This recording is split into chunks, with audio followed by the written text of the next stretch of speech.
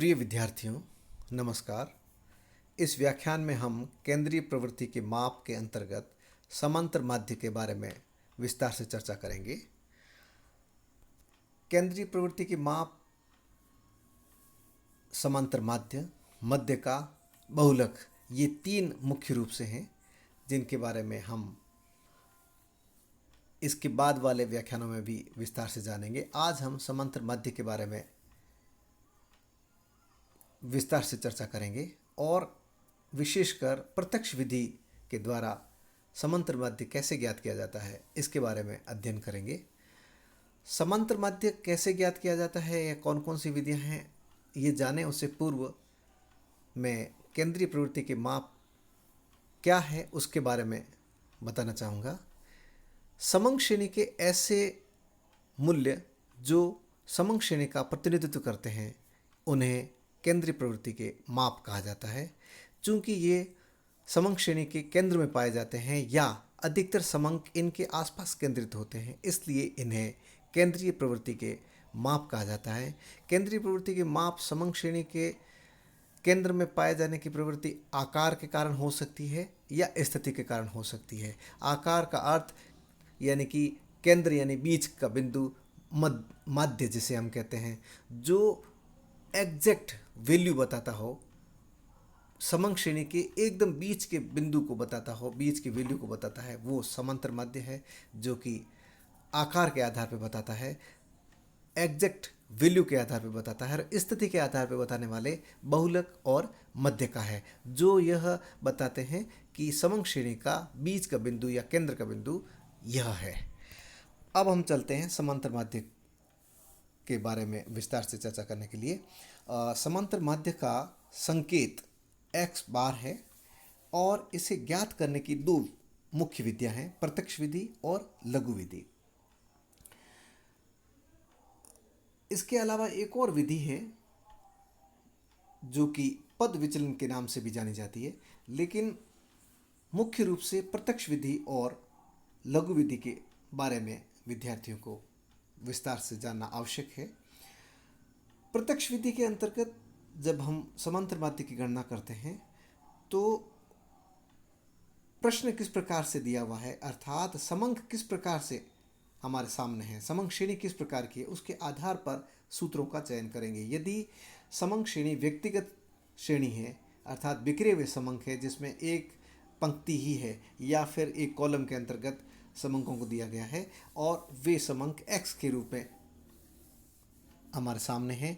x यानी कि variable, अर्थात यदि एक श्रेणी है तो x दे सकते हैं, दो है तो x y, तीन है तो x y z, इस तरह से हम नाम दे सकते हैं। लेकिन सब समंक श्रेणी हमारे सामने है और वो बिखरी हुई है, अर्थात व्यक्तिगत श्रेणी के रूप में है हमारे पास में, तो हम पहले सूत्र अर्थात x bar is equal to summation x upon n, ये सूत्र प्रत्यक्ष विधि के अंतर्गत अपनाएंगे। यहाँ पर समेशन x यानी कि सम ऑफ x, x का जोड़, यहाँ पे जो ये लिखा हुआ है समेशन x सम, ये जिसको हम इस तरह से बता सकते हैं, ये है सम ऑफ यानी कि योग। यह ग्रीक लैंग्वेज का कैपिटल सिग्मा है जो जोड़ के लिए उपयोग किया जाता है। और इसका मतलब ये हुआ कि x यानी x श्रेणी जो है उस सभी पदों का योग और n जो है पदों की संख्या है, अर्थात number of values, number of items. तो पदों के योग में पदों की संख्या का भाग देकर समांतर माध्य ज्ञात किया जा सकता है। और दूसरा जो सूत्र है लिखा हुआ वो खंडित श्रेणी के लिए है, अर्थात जब समंक खंडित श्रेणी में दिए हुए हो, अर्थात एक कॉलम में या एक पंक्ति में वेरिएबल दिए हों, अर्थात मूल पद हों, और दूसरे कॉलम या पंक्ति में उससे संबंधित आवृत्तियां यानी उनके आने की प्रवृत्ति दी हुई हो, तो ऐसी स्थिति में उसे हम खंडित श्रेणी कहेंगे। व्यक्तिगत श्रेणी, खंडित श्रेणी और सतत श्रेणी के बारे में हम पहले जान चुके हैं। विद्यार्थी जिन्होंने नहीं पढ़ा है वो इन आवर्ती बंटन के व्याख्यान में जाकर इनको विस्तार से समझ सकते हैं। तो खंडित श्रेणी का जब प्रश्न होता है तो सूत्र होता है x bar is equal to summation f x upon n. यहाँ पे ऊपर था समेशन एक्स अपॉन एन, यहाँ पे summation f x upon n, यानी कि एफ जुड़ गया है, यानी यहाँ पर एफ भी होता है यानी फ्रीक्वेंसी होती है, और एक्स यानी कि मूल पद भी होते हैं। तो मूल पदों और फ्रीक्वेंसीज को गुणा करके उसकी जोड़ करके उसमें एन यानी कि आवृत्तियों की जोड़ का भाग दे दिया जाता है, तो जो प्राप्त राशि है वो समांतर माध्य होती है। और तीसरी जो श्रेणी है वो है सतत श्रेणी। और जब सतत श्रेणी का प्रश्न हो तो सूत्र वही रहता है, अर्थात x bar is equal to summation f x upon n. लेकिन अंतर ये होता है कि यहाँ पे सतत श्रेणी में दो जो कॉलम दिए होते हैं, पहले कॉलम में वर्ग होते हैं, वर्गांतर होते हैं, और दूसरे कॉलम में उनसे संबंधित आवृत्तियाँ होती है। तो पहले वर्ग, प्रत्येक वर्ग से उसके बीच के बिंदु को निकालते हैं और उस वर्गांतर की श्रेणी के सामने लिख देते हैं, अर्थात बीच का बिंदु यानी मिड वैल्यू, और उसे हम x नाम दे देंगे। और फिर हमारे पास में f और x दोनों होंगे जैसे कि खंडित श्रेणी में होते हैं। फिर f और x का गुणा करके उनकी जोड़ करके उसमें n का भाग दे देंगे, तो हमारे जो पास राशि आएगी वह राशि समांतर माध्य होगी। अब हम इसकी दूसरी विधि लघु विधि के बारे में बात करने जा रहे हैं। लघु विधि के अंतर्गत यदि व्यक्तिगत श्रेणी का प्रश्न पूछा गया है तो सूत्र होगा x bar is equal to a plus summation d x upon n. यहाँ पे ए कल्पित माध्य है, अर्थात एक्स श्रेणी में से किसी एक को कल्पित माध्य मान लिया जाता है और फिर उस कल्पित माध्य से पूरी श्रेणी का अंतर ज्ञात किया जाता है, जिसे हम डी एक्स कहते हैं। डी एक्स का मतलब है d x is equal to x minus a, यानी ये जैसे लिखा हुआ है डी एक्स मतलब एक्स श्रेणी का विचलन।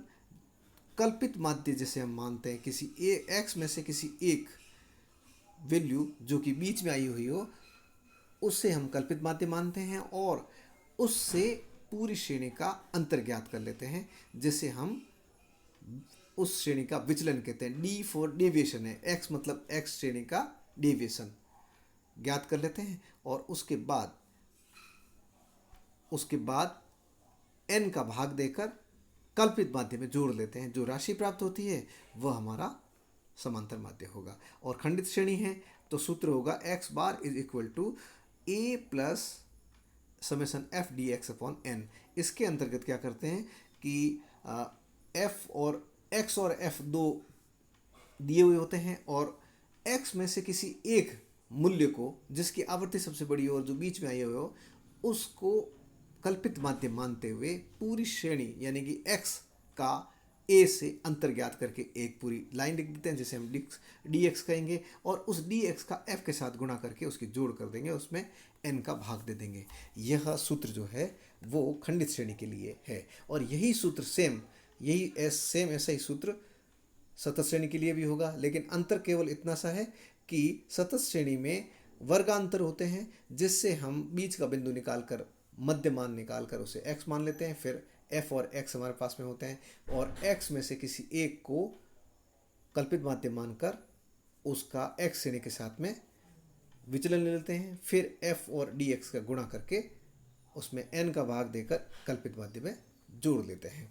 ये प्रक्रिया समांतर माध्य ज्ञात करने की है प्रत्यक्ष विधि और लघु विधि के अंतर्गत। अब हम उदाहरण देख रहे हैं और ये जैसा कि सूत्र में दिया हुआ था, समेशन का मतलब ये जैसा ई जैसा लिखा हुआ यह है ग्रीक लैंग्वेज का कैपिटल सिग्मा, जो कि जोड़ के लिए उपयोग किया जाता है। एक्स मतलब वेरिएबल है, एफ यानी फ्रीक्वेंसी आवृत्ति, एन मतलब पदों की संख्या और एफ एक्स है एफ और एक्स का गुणा, डी एक्स है एक्स श्रेणी का विचलन जो ऐसे लिया जाता है एक्स माइनस ए से कल्पित माध्य में, और एन जो है वो व्यक्तिगत श्रेणी में तो एन पदों की संख्या ही होती है जो सीधा गिनकर निकाला जा सकता है। लेकिन यदि वह खंडित श्रेणी है या सतत श्रेणी है तो फ्रीक्वेंसी की जोड़ ज्ञात करके एन ज्ञात किया जाता है। अब हम चलते हैं कुछ उदाहरण लेके। प्रश्न आपके सामने है, निम्नांकित 10 विद्यार्थियों के भार के आंकड़ों से औसत अर्थात माध्य भार ज्ञात कीजिए। एक कक्षा के 10 विद्यार्थी हैं, उनके भार के आंकड़े इस प्रकार दिए हुए हैं, जो किलोग्राम में है 35, 40, 45, 35, 40, 42, 48, 40, 50 और 45। इन भार के आंकड़ों को हम सीधा इस तरह से लिख देंगे, प्रत्यक्ष विधि द्वारा हम ज्ञात करना जा रहे हैं। और ये जो भार के आंकड़े हैं उनको हम इस कॉलम में इस तरह से लिख देंगे और इसे हम x दे देंगे। जैसा लिखा हुआ है ऐसे सेम ऐसे ही हमने ऐसे खड़ा लिख दिया।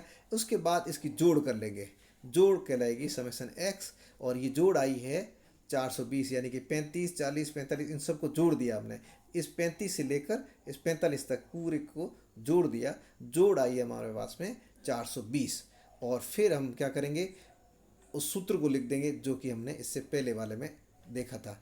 ये वाला सूत्र लेंगे हम और इस सूत्र के द्वारा हम इस प्रश्न को हल कर देंगे। सूत्र x bar is equal to summation x upon n है, और फिर समेसन x यहाँ पर 420 है और n यहाँ पर ये कुल जो पद है। वैसे इस प्रश्न में लिखा हुआ है पहले से ही 10 विद्यार्थी, नहीं होते तो हमें ऐसे गिनना होता 1 2 3 4 5 6 7 8 9 10, इनको जोड़ लेते, ये कितने हैं संख्याएं, इनको जोड़ लेते तो हमारे पास में n प्राप्त हो जाएगा। अर्थात 420 बटे 10 बराबर 42 किलोग्राम इस कक्षा में पढ़ने वाले विद्यार्थियों का औसत भार या माध्य भार जो है वो 42 किलोग्राम है।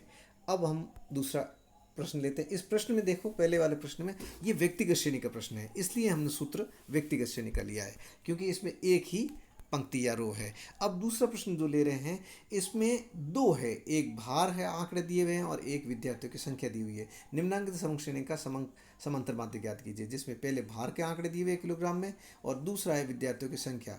इनको हम पहले को x लिख देंगे, दूसरे को हम f लिख देंगे, और चूंकि इसमें प्रश्न में लिखा है तो ठीक है, नहीं तो हमें लिखना होता है 35, 37, 39, 41, 43, 45, 47। इनको हमने इस तरह से जमा लिया और फिर इनके सामने इनकी आवर्तियाँ लिख दी। उसके बाद इन दोनों का आपस में गुणा करेंगे, यानी f और x का आपस में गुणा करेंगे, इसका और इसका आपस में गुणा करके यहाँ लिख देंगे। तो 35 को 1 से गुणा किया 35, 37 को 2 से गुणा किया 74। इस तरह से हम आपस में इनका गुणा कर लेंगे। गुणा करने के बाद इनकी जोड़ कर लेंगे। जोड़ जो है वो आ रही है 832, इस जोड़ कहलाएगी समेसन fx, और f की जोड़ जो है वो है 20, यानी कि ये फ्रीक्वेंसीज टोटल है वो 20 है। 35 एक बार आया, 37 दो बार आया, इस तरह से ये जो मूल पद हैं इनके आने की प्रवृत्ति कुल जो है वो 20 है, इसलिए n 20 है। तो 8 सूत्र है x bar is equal to summation fx upon n। तो समेसन fx है 832 और n है 20, इसलिए 832 में 20 का भाग दिया तो 41.6 उत्तर आया।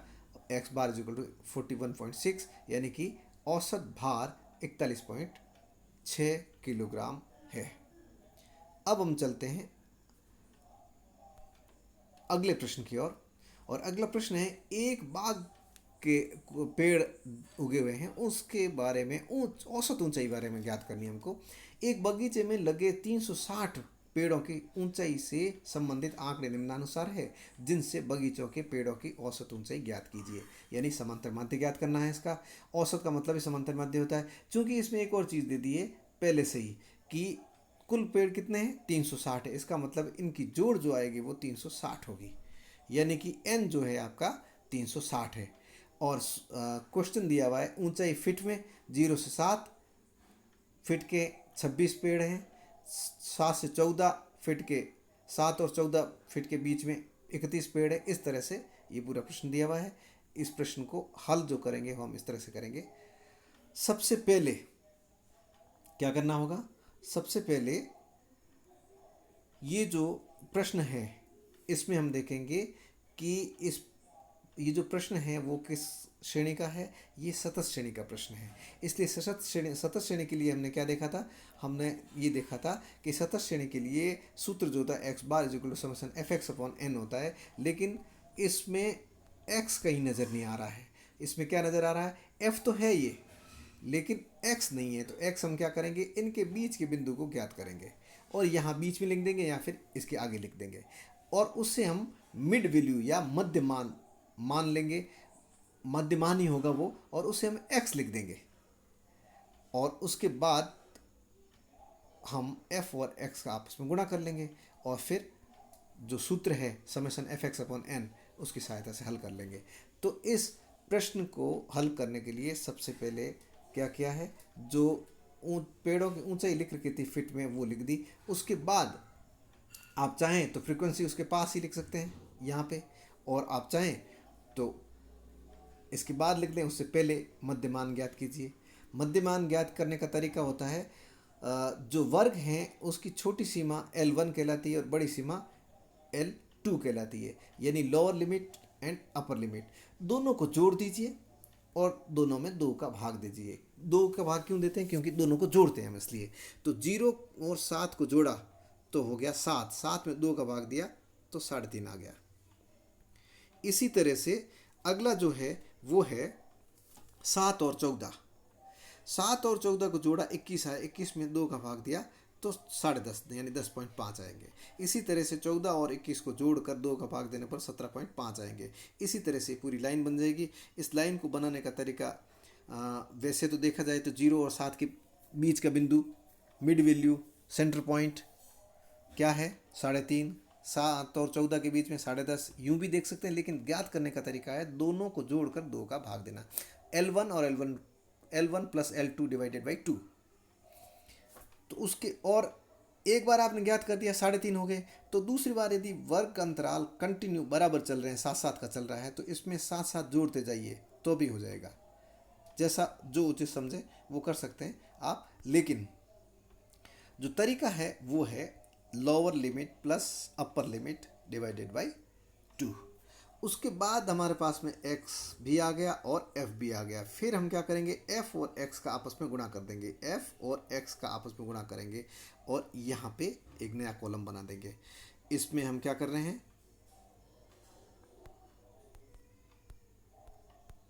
इसमें हम कर रहे हैं f और x का गुणा, जैसा कि खंडी श्रेणी में किया था।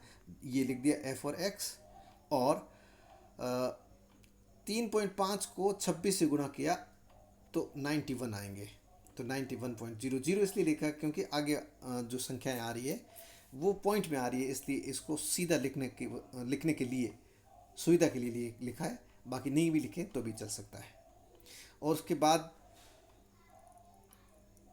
3.5 को 26 से गुणा करके यहाँ लिख दिया, 10.5 को 31 से गुणा करके यहाँ लिख दिया। इस तरह से हमने सभी को आपस में गुणा किया और पूरी लाइन बन गई। उसके बाद इसकी जोड़ कर लेंगे और इसके साथ साथ फ्रीक्वेंसी भी जोड़ कर लेंगे। चूँकि पहले प्रश्न लिखा हुआ है 360 पेड़ है, फिर भी एक बार जोड़ करके देख लीजिए। फिर जो सूत्र है x bar is equal to summation fx upon n लिख दिया, और उसके बाद समेशन fx है 10,829 और n है 360। तो 10,829 में 360 का भाग दिया तो उत्तर आ गया हमारे पास में 30.08, जिसे हम यूँ भी लिख सकते हैं 30 फीट और 1 इंच। इस बगीचे में पेड़ों की औसत ऊंचाई 30 फीट और 1 इंच है। ये इसका निष्कर्ष निकल गया। और ये जो प्रश्न है यह सतत श्रेणी का प्रश्न है। आज हमने इस व्याख्यान में समांतर माध्य को ज्ञात कैसे करते हैं और ज्ञात करने की दोनों विधियों के बारे में डिस्कस किया, लेकिन उदाहरण हमने केवल प्रत्यक्ष विधि के द्वारा कैसे हल किया जाता है इसके लिए हैं। अगले व्याख्यान में हम लघु विधि द्वारा समांतर माध्य की गणना के कुछ उदाहरण समझेंगे। धन्यवाद।